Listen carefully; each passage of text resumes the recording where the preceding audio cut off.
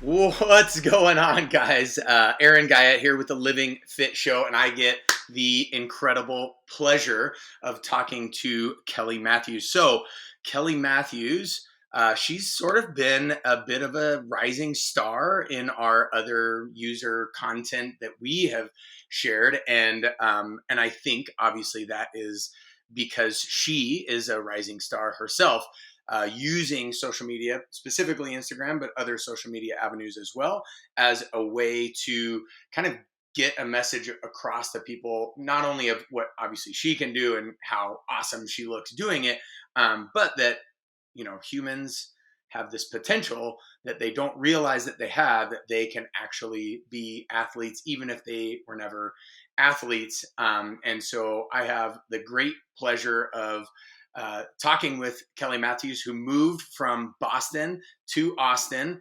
And there's a dad joke in there somewhere. So we will skip the dad joke because that's usually what I do. And she's, trained at Equinox. Now she runs online training. She does virtual, in-person, kind of live stream in-person stuff. But without further ado, Kelly Matthews, what got you in, or can I just call you Kelly, or should I just call you Kel? You may call me Kelly for sure. You don't have to do the full name.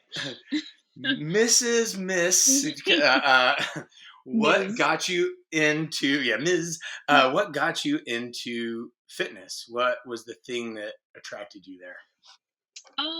So I definitely was super active as a kid growing up. I played sports. I ended up settling on soccer around high school and played soccer in college. So I always obviously like really enjoyed play and I enjoyed sport a lot. I would say what got me into strength training in particular was my sophomore year in college. I just sort of started taking a vested interest in strength training in the off season and seeing that translate to performance during season. Um, and I also felt like I was good at it, which felt really good. And so I felt myself getting stronger and just getting better at everything. And that was sort of addicting to me in a way. And so as time went on in college, I kind of got more and more into it. And then when I graduated and I was looking at applying for office jobs and doing the things that I thought that I was supposed to be doing at that age, and I went to school for communication, so I didn't have any like formal training in fitness. So I just decided to get my personal training certification and went out on a limb a little bit and took my first training job, and then the rest was history from there. Nice. So, can we together help dispel this myth that is, if you train legs, that your endurance in soccer or in sport is going to suffer tremendously? Can we help dispel this? Did that happen to you, or did that not happen to you? It's funny because I think that some of that is like your programming, and I was really lucky to have a really awesome strength and conditioning coach in college. Starting our sophomore year, our freshman year, we had the football coach, or the football strength and conditioning coach, that trained us all like football players, and that wasn't ideal. Nice. But she had a really good understanding of that, like when you're in season and you're playing. I mean, we were practicing, 5 days a week, playing games 2 days a week, and yeah, you're just running so much all the time. So there is a limit to how much you can really be like heavy lifting during that time. But Yeah. the difference that I saw from really consistently like training legs and just strength training in general during the off season for injury prevention, and I got faster, I got stronger, and my endurance didn't suffer at all. So we can definitely put that myth to Yeah. rest, I think. All right. It's now to bed. Yeah. I have that conversation. So I'm in the Marine Corps Reserves now, and I have that conversation every single time I train Marines, and they find out that I've done some sort of coaching or whatever. And Yeah. they're like, yeah, so I don't train legs so I can run faster and run longer. And I'm like, well, you're an idiot. So no, I obviously don't. The cool part is I can actually approach Marines that way, and it's okay. Yeah. I don't usually even approach Marines that way. I'm like, well, you may want to, do a Well, little it's bit of interesting legs, a too, like, little bit of strength it's those moments you realize how, like, I think when you've been working, in the fitness industry for a while, it feels like that's a really obvious thing, but I have a lot of moments like that with new clients where they're like, "Well, I don't do any type of leg stuff because I run or I cycle, and, like, that makes my training. legs stronger." And I'm always like, Yeah, "Does it? Are you sure about yeah, yeah. that?" You're like, yeah, like what is like stronger in that they can do more of that activity? Yes. Right. You Exactly. may lay down some more muscle fiber. Maybe they might get a little bit bigger, but let me show you this thing called a squat and a deadlift. Yeah, and let's see if your biking improves. Right. Yeah. No, that's awesome. So I just love the, you know, so obviously before these interviews or whatever, we ask people like what they do, how they do it, why they do it, even if we know that, and then definitely if we don't know that. And I love your why, and I want to sit on that. I want to talk about that because I think it's so important for any human, regardless of your age, to realize that humans were made to move. Like that is like this is why we have the body that we have. This is why we have the brain that we have. Even right, the brain helps us move, and then the movement helps our brain. It's this great symbiotic relationship if you can think of those two things as like separate things or whatever. Yeah. And it's your whole idea of making athletes out of people that don't think of themselves as athletes. So I don't know if you have like maybe an anecdotal story of a particular client in mind or kind of a general synopsis of like how that tends to happen or whatever. But yeah, walk us through, how you present that and then how that gets to be a part of the programming or training that you present.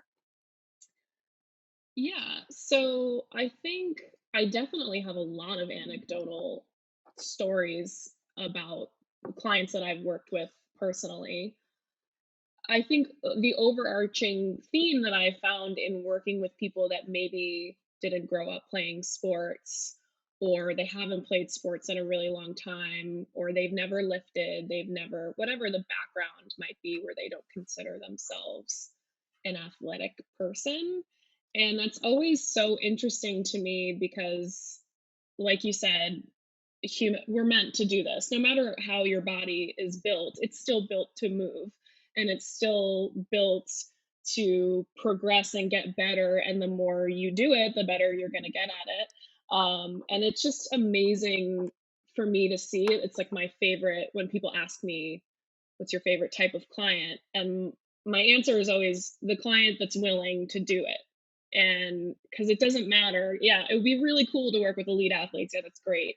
And their natural abilities are unbelievable, right? But when you can work with someone who doesn't feel like that about themselves and they haven't trained and they don't have maybe that sort of given ability, to see them go from not being confident with their own body, not having body awareness, not yeah, just any of that confidence with movement to being able to do some of these things that they never thought they would be able to do is always my favorite thing. And clients do it all the time because I'll tell them to pick up the weight to do something, or I'll tell, and they're like, "Are you sure?" I'm like, "Yeah, I'm sure. You need to be sure too because you can do way more than you think you can do. You're just like not really giving yourself enough credit for what your body can do." Yeah, I love the, zero training age, right? Or training age zero because there's just so much that happens in the first couple of weeks, in the first couple of Mhm. months, especially if they are coachable, like you said. I mean, obviously if they come in with a bad attitude and they're not coachable and they're telling you to, where to go and that client sucks, whether they're an elite athlete or Yeah. not. Right. But yeah, as long as they're coachable, man, it's amazing to watch, especially with training age zero, because basically there's like so much unfulfilled potential. Because look, your body was made to move. now you're actually moving it. Watch how cool this is, Hmm. Yeah. Right. What's so is obviously, you have a penchant for strength. Um, uh, I'm guessing that your programming is going to probably have a penchant for strength. But you said something in the very beginning, after my sort of like soft intro or whatever, of you getting into fitness. You talked about play. And so, people that tend to have a penchant for strength, especially in the strength and conditioning world specifically, forget about this thing that is play. I mean, the play comes in the sport, but everything is business. Even the play part of the sport is business, right? But that's a Right. huge component that's missing in most humans' lives, especially once we hit our adult years. We get to be 20 years old, and then we have, like you said, we have to get this office job, or we have to get this whatever, and then play goes out the window, if it was even there to begin with, in high school or prior Right. to that. Most likely, most people are losing play, because they're trying to become like Insta famous, or TikTok famous or whatever by the time they're like 11. So I'm guessing that play goes out the window, unless they're seeing the TikTok as play, which would be awesome. But Yeah. oftentimes it's like, oh, I want to get likes or this and that, and then it's not play, it's something else.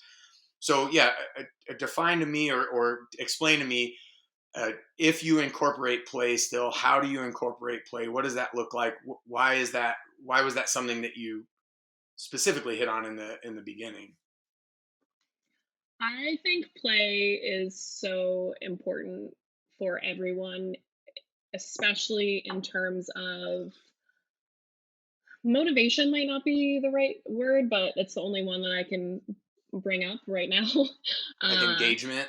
yeah, and just and feeling like real connection to your body in like uh an organic way, I guess, where you're not necessarily taking, and this kind of comes into play with a lot of what your coaches do, which is like a lot of fun flow and stuff like that, where you're not necessarily planning out to a T everything that you're going to do. Animal flow does a ton of this too, but it might just be like getting out and kicking a soccer ball with your friend, or throwing a baseball, or like doing something that like, and a lot of people don't do that. I mean, I have met a lot of friends that I don't think have, like thrown a ball in a long time or kicked a ball, because they just don't really think to do it. And I'm sort Yeah. of rediscovering like sport play. When I moved here, I started playing soccer again.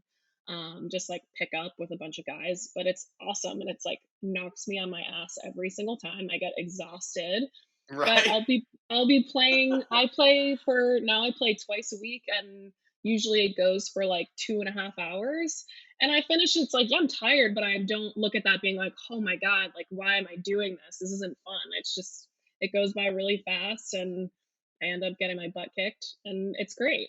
And I think if you can have something like that, and I feel that way with kettlebells, sometimes a lift feels like a slog, and that it is what it is. And then other days it's just like it flows and it's really fun, and you have those moments where you realize this is the reason why you do these things.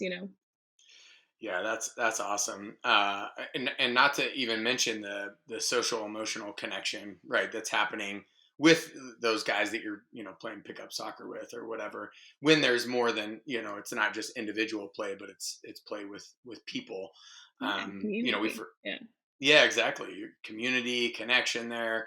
Not to mention the myriad or cornucopia, if you will, of benefits that you get physiologically, Yeah. but psychologically and socially. Yeah, so good.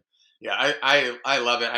I make sure I make it a point to add it in, because I am that like good guy that's like, oh, you know, I just got to do this and I got to do that and I got my checklist and I'm linear and yeah, and then it's like how great I feel after I roll, jujitsu, or I did the same thing. I played soccer with a bunch of Marines. We did a pickup game. 20 minutes in, I was like crushing it, just running everywhere. And then 20 minutes in, like Yeah. totally died. I was like, Yeah, can I your play body's like, keeper? "What is this?" Yeah. I couldn't, I Yeah. literally couldn't, because I had to take a good break from soccer after playing for a really long time. Yeah. And then I started Makes kind of sense. dipping my toe back in Boston. And then when I got here, there's literally like 2 blocks from where I live is where we played pickup futsal. And I went the first night and had so much fun, like the most fun I've had in a while, like moving, And I woke up the next morning and I was like, I don't think I can get out of bed. Like I couldn't move my body at all.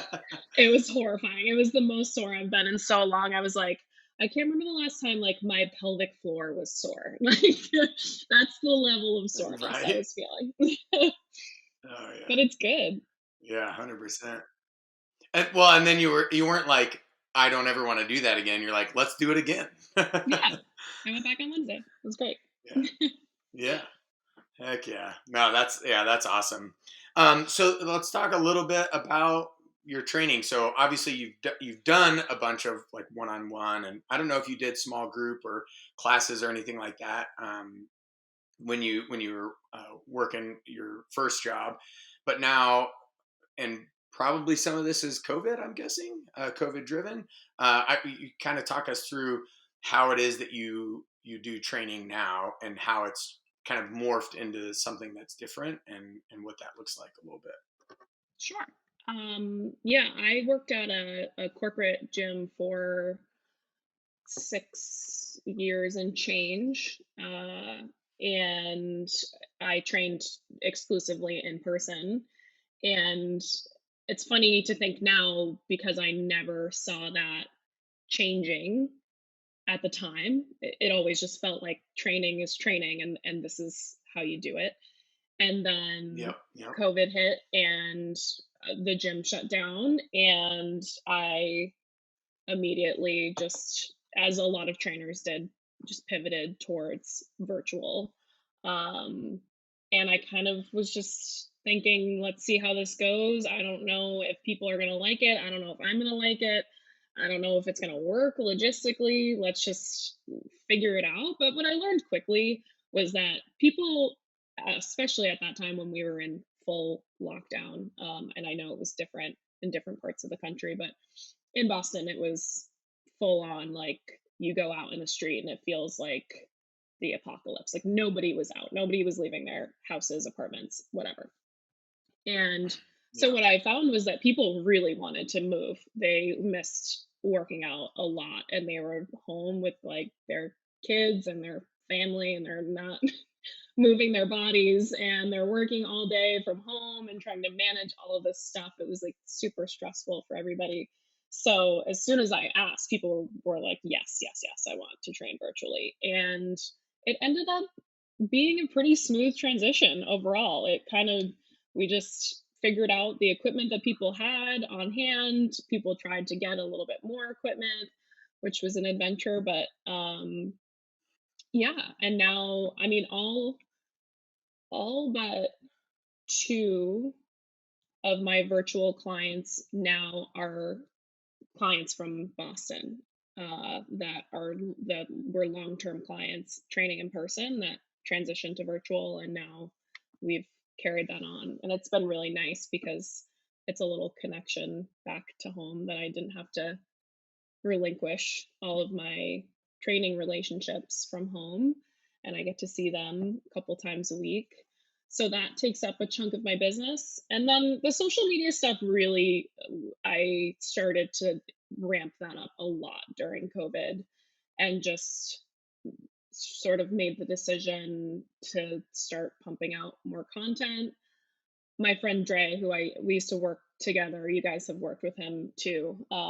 We used to work Yep. together at Equinox, and we were kind of just chatting, and he was like, "Yeah, I just started posting a lot more content. This is what I'm doing. I think if you did it, it would work for you." And I really wanted to start. The thing with training for me has always been, what's the limit here? I only have so many hours in the day. I don't want to be online programming 10 hours a day. I don't want to be virtual training 10 hours a day. I don't want to do that. So how do I scale this in a way where I can do work and get paid for it after the fact? And at the time, the Yeah. answer was, well, let's grow a social media following and start to do some programs that I could sell on a website. So that's kind of the route that I went, and it's been interesting. I'm a woman operation right now. I haven't had a ton of help other than my friend that's a graphic designer help me with designing some stuff. But other than that, it's just been kind of touch and go, seeing how I can improve as time goes on. So what platform do you put the workouts on? Is it just through just a basic website, or is there a special platform in that or whatever? S- So that would be a direction that I would love to go as I explore more options. Right now, it's a PDF document that's laid out Oh, probably okay. how your like programs for yourself would be laid Yep. out, and then I have a YouTube exercise library that Yep. I just continuously add to. And then I have 3 programs on my website now, and I've been putting videos into like a playlist on YouTube so people can just go in, and those are all the exercises. It's a little clunky, I have to say. I am really proud of the programs. I think I'm really proud of them. I would love to start to streamline a use more user friendly type of way to do it. Um, I'm just still kind of exploring what that might look like, because the idea of jumping from that to an app or something like that feels like a big jump in Yeah. terms of overhead costs and all that stuff. Yeah. Yep. For sure. But what's been the feedback? Obviously, you got great feedback, great retention on your in person. But yeah, so what's been the feedback so far with the PDFs and with the movement library and all that stuff? Because that's still a full package. They're still getting you, and they're still getting your programming. So that's not, even if it might be clunkier than you would want, or maybe even than they would want. It's still a full program. So, what's been the Yeah, feedback? I've gotten all positive feedback from the programs. I'll get questions about certain things, just like layout. And I think most of that comes from maybe people that aren't used to those types of documents and like the way they're laid out and the way they're supposed to be performed. So those are Yep. things that I've sort of edited as time has gone on too. But overall, it's been really positive, and I've had a lot of people say, "I've done the program 3 times through now. Are you gonna come out with another one?" Or like, which that's always really, like, cool to hear because Yep. they must be getting something really positive out of it if they wanna repeat it. Um, Yep. so yeah, so far the feedback's been really good, which is nice.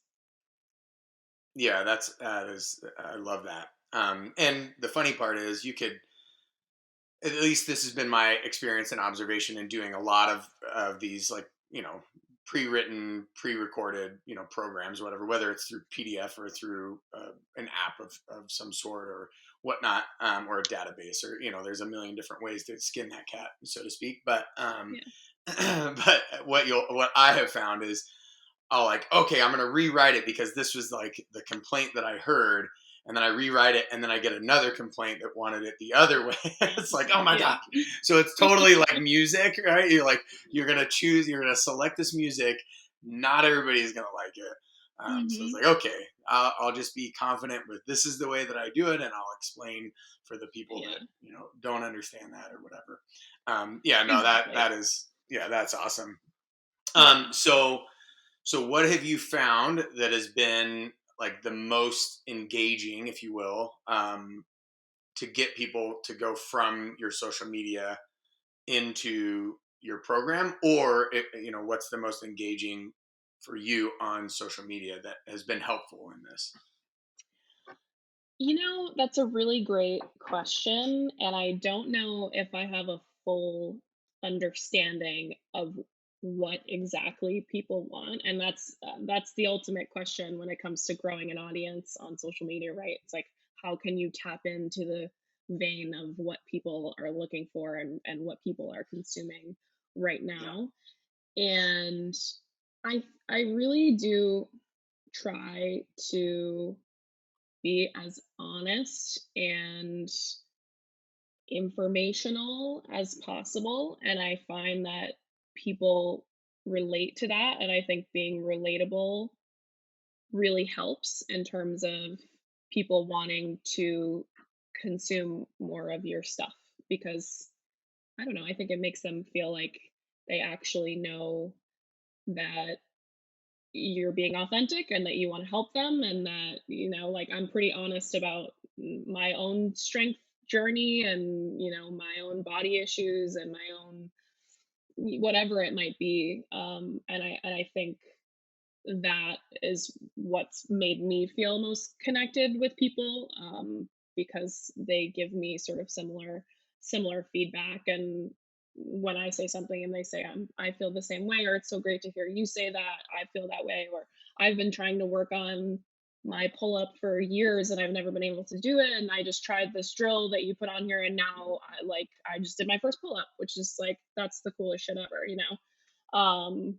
So I, Yeah. I don't know. I don't know if there's like a magic pill that like is what brings people in to actually buy programs, but I hope that it's a combination of sort of all of those things. Yeah, I mean, that's to be able to be your authentic self, share your story, just immediately makes you a person, a human, right? As opposed to this cyborg or this machine or this like, or this corporate entity or whatever. Right. And yeah, people, it seems as if people are tending to go away from that and go toward the more accessible, more authentic, human, even if they're phenoms, right? Just incredibly strong and incredibly good looking, all these things. It's like, hey, but they're, I'm not perfect. I'm human. Here's where I struggle. Here's my stuff. Here's where what I find funny. Here's Yeah. whatever it might be. But just being open. Yeah, I think that goes a long way, especially if you're getting much of your client from social media, right? Yeah. And I So think I think go people ahead. are hopefully starting to realize that, like, because you do the exercises that the person is doing on their Instagram does not mean you're going to look like that person, or that that person is necessarily even being totally upfront about the things that they do, whether Yeah. that's workout or non-workout, in the age of, social media and plastic surgery and all Oh that yeah. fun stuff. But I do think that we're sort of moving towards, and it's fun to see a bunch of creators that I like really respect and really like, and to see their audience grow and see people consuming more of their stuff that's really real and just good information, rather than kind of taking the Instagram bait. Yeah. Yeah. It's funny. So we Marcus and I talked about that, and I think we're publishing that conversation that we had on our Living Fit show specifically about, and we talked about all those things like plastic surgery or doing steroids or whatever. It's like, hey, you could do that as long as you say it, as long as you're upfront with it. But Totally. if you're not going to say it and you're going to be like, all you got to do is this, and then look at this, it's like, Hmm. yeah, but I don't know about that. Yeah. Yeah, and so it's like gearing the end user, the person that's looking to some sort of influence or some sort of person to get a program. Okay, how can you be a little bit more calibrated in your approach so you don't get totally swashbuckled, if you will, right, Yeah. by somebody who's got like a big huge fake butt and a big huge like all this stuff saying all you got to do is these hip hinges this way and Yeah. then you'll All get you need is this. this waist. Right. So I wanted to talk a bit about kettlebells because obviously Living Fit is a part of Kettlebell Kings, or we are connected, and we've showcased your content on both Kettlebell Kings and on Living Fit. And just in case people are wondering, I mean, obviously we're almost 30 minutes into this, and you're probably like, so where do I find her information? You just check it out, Kelly L. Matthews, right? But you heard her Yeah. name, so I'm sure you probably looked it up on the Google machine or whatever it was, so you probably already found it, if you were wondering. But just in case you don't know, yeah, Kelly L. Matthews on Instagram. That's where you're going to get a bunch of her stuff, and then be able to. Is it Linktree? Is that what you use, or link some sort of link to get into your content on your bio or I just have swipe ups? my website. I just have my website Yep. up there. It's pretty simple, and yeah, all the programs are on there. Everything you need to Nice. find. Yeah. So you have we talked about you having a penchant for strength, but obviously you also really like kettlebells, and that's probably what attracted us to you. And then we're like, hey, let's showcase this because she looks good, she's doing it good, she's she sounds like she knows what she's talking about. Let's share this. So far, I haven't seen any like crazy inauthentic things, right? Which is obviously what we look forward to, like just like you were saying, and then I restated. But yeah, so kettlebells. Why kettlebells? What brought you into the kettlebell world? Why do you like them? What brings you joy with the kettlebell? My kettlebell journey started, Jason Brown does his certification, and Yeah. he worked with Equinox. I don't know if he still does that or not, for a long time, but with his kettlebell certifications, and that was offered to us as education as trainers there. So the first, I always used kettlebells sort of as another tool, right? It was just kind of like a, oh, this is basically a dumbbell, but whatever. And I probably did some really So you shitty thought. kettlebell swings, you know. And then I Just took, shoulder raises and curls all day with. yeah, exactly. And then I took that first certification, and I just really loved it. It was super simple. It was the basics. It was your swing, clean, front squat, overhead press, I want to say, was what we covered in the first cert.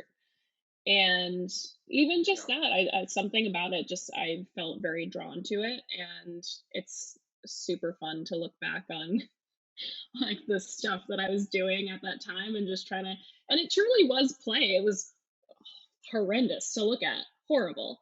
Uh, but I have like old Yeah. videos of myself, like trying new things with it, and I think I just felt like, oh, here's this door that has just opened to all of these things that I can do with this tool that you would be hard pressed to be able to do with another tool.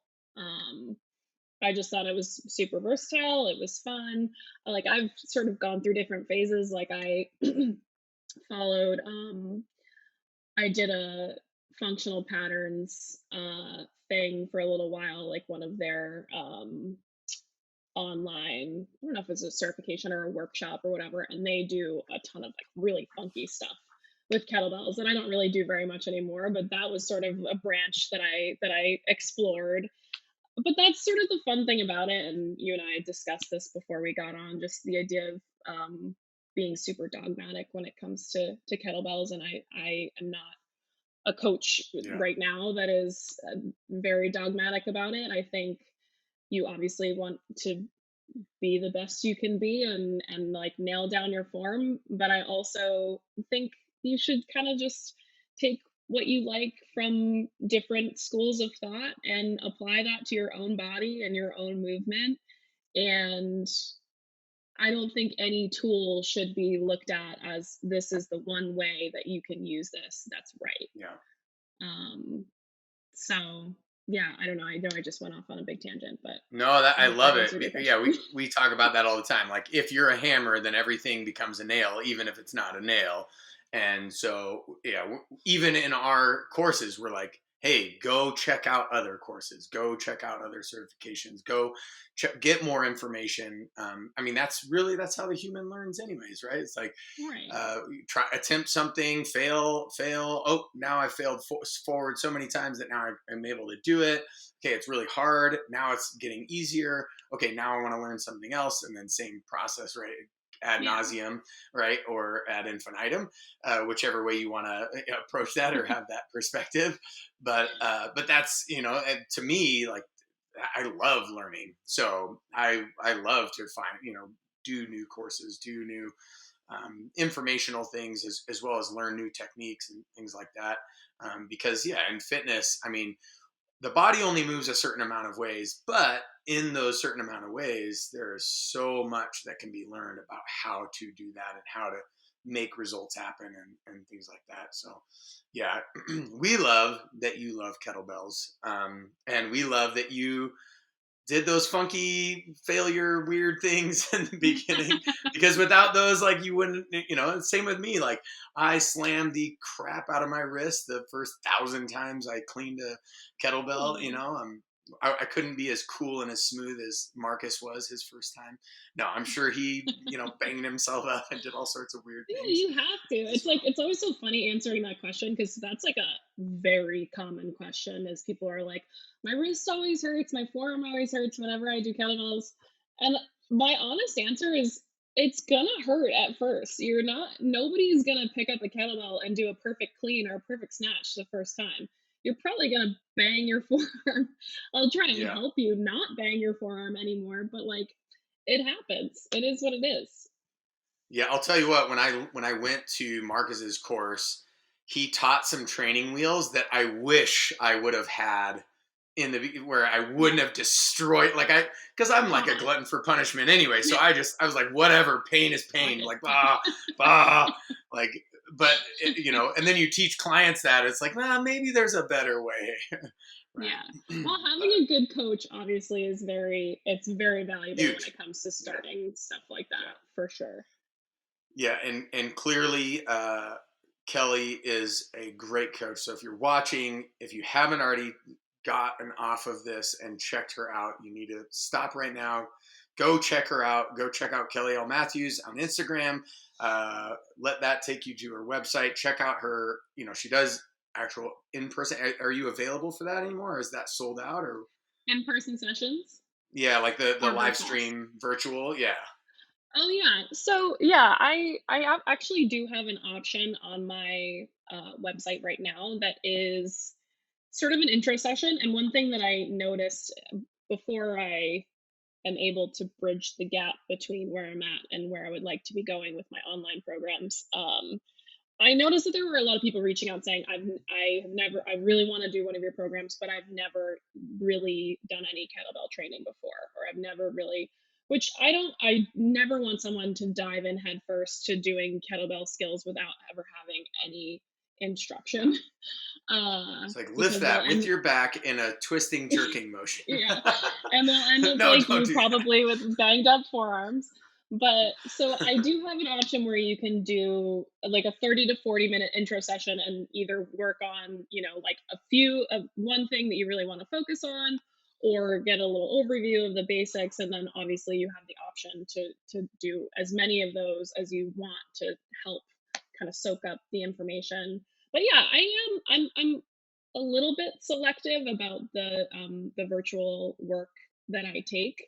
As you should But it be. As you should be. but I am still taking people sort of on a case by case basis a little bit, and I've been having a lot of fun doing. I have a few people that I'm doing online program, like custom online programming and virtual training with, kind of simultaneously, and that's been really fun. So those are kind of the clients I'm taking right now. But yeah, I mean, I have all my contact information, and if you ever have any questions, it's all available on my website. So yeah. Awesome. Well, Kelly, so before we finish, we ask this of all of our guests in all of our interviews, and it's, what's this idea or what's this concept of living fit to you? And obviously, Living.Fit is our brand and kind of our company, but beyond that, it's this idea of living fit, and had I've heard so many different answers, but we want to ask you that same question and end with that. So, what is living fit to you?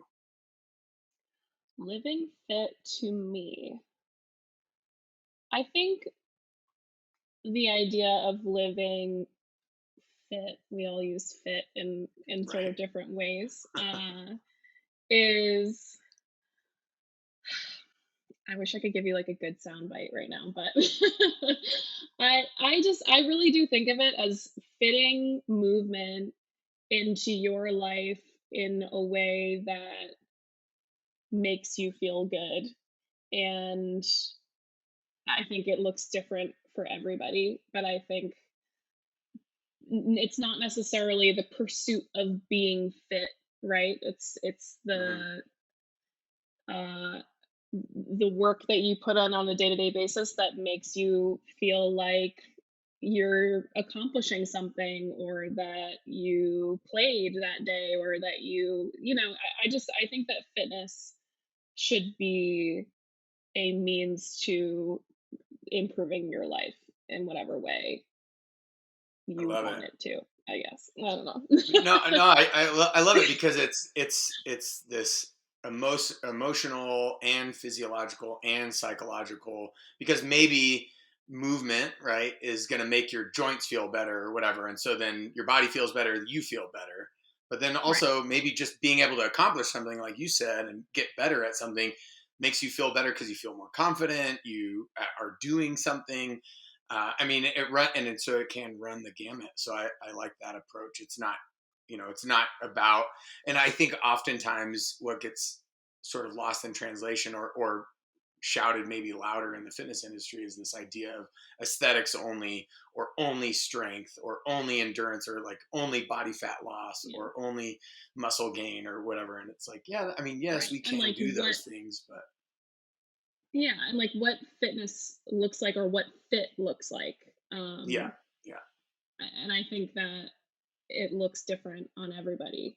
yeah. So, yeah, I don't know. I think that's the cool thing about like kettlebells, especially. You look at like kettlebell competitors and stuff, and it's like all different. Same with powerlifting, anything else. You look at it, and it's like everybody is of all shapes and sizes, and they're making that kettlebell look light. And they're, you know what I mean? It's not just because somebody is super toned or looks really good doesn't necessarily make them fitter or healthier than the person next to them.